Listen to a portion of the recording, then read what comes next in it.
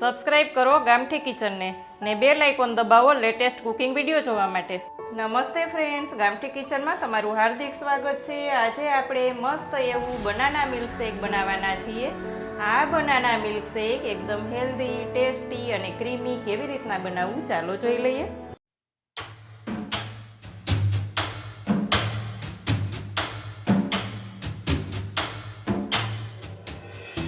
बनाना milkshake बनावा माटे अहींया आपणे ऑर्गेनिक केळानो उपयोग करेलो छे।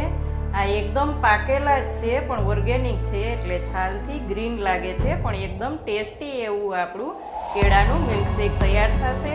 तो आ 2 नंग केळा लई अने हुं कट करी लઉં છું।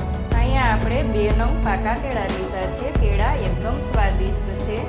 केळानुं मिल्कशेक पीवाथी खूब ज फायदा थाय छे। पाचन शक्ति वधारे छे, ऊर्जा आपे छे અને તમને ખબર જ છે કે જે લોકો જીમમાં જતા હોય તેને 2 કેળા ખાવાનું કહેતા જ હોય છે।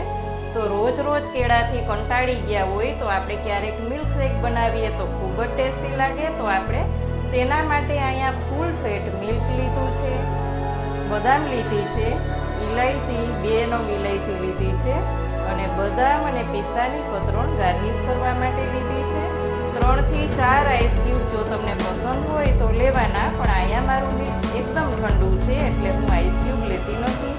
જો કાજુ તમને ગમે તો કાજુ પણ લઈ શકાય અને ઇલાયચીમાં જાયફળ ગમે તો જાયફળ પણ લઈ શકાય। અત્યારે હું આટલું જ વસ્તુ લેવાની છું। એક મિક્સર જાર લઈશ। જારમાં આપણે 2 નંગ બનાનાને કટ કરેલા છે તે લઈ લેશું।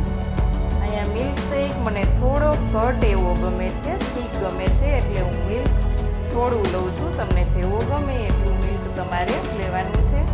બદામ લઈ લેશું, ઇલાયચી લઈ લેશું, ચલાવી લેશું। અહીંયા આપણે પહેલાં થોડુંક ચલાવી લીધું હતું। હવે આપણે લેશું દળેલી ખાંડ। દળેલી ખાંડ લેવાથી એકદમ સરસ મિક્સ પણ થઈ જશે અને ખાંડ હંમેશા પાછળથી લેવાની એટલે એકદમ ક્રીમી એવું આપણું બનાનાનું મિલ્કશેક તૈયાર થશે। ફરી પાછું આપણે ચલાવી લેશું।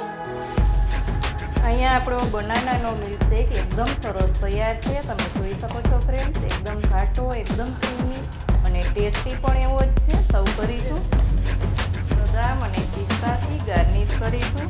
તમે જોઈ શકો છો ફ્રેન્ડ્સ કે એકદમ મસ્ત એવું આપણું બનાના શેક તૈયાર છે। તમે આ મિલ્કશેક કેવી રીતના બનાવો છો તે કોમેન્ટ કરીને મને ચોક્કસ કહેજો। જો આજની રેસીપી સારી લાગે તો વિડીયોને લાઈક ને શેર કરજો। ચેનલમાં નવા હોય તો સબસ્ક્રાઈબ કરીને બેલ આઇકોન પ્રેસ કરવાનું ભૂલતા નહીં ફ્રેન્ડ્સ। આવજો।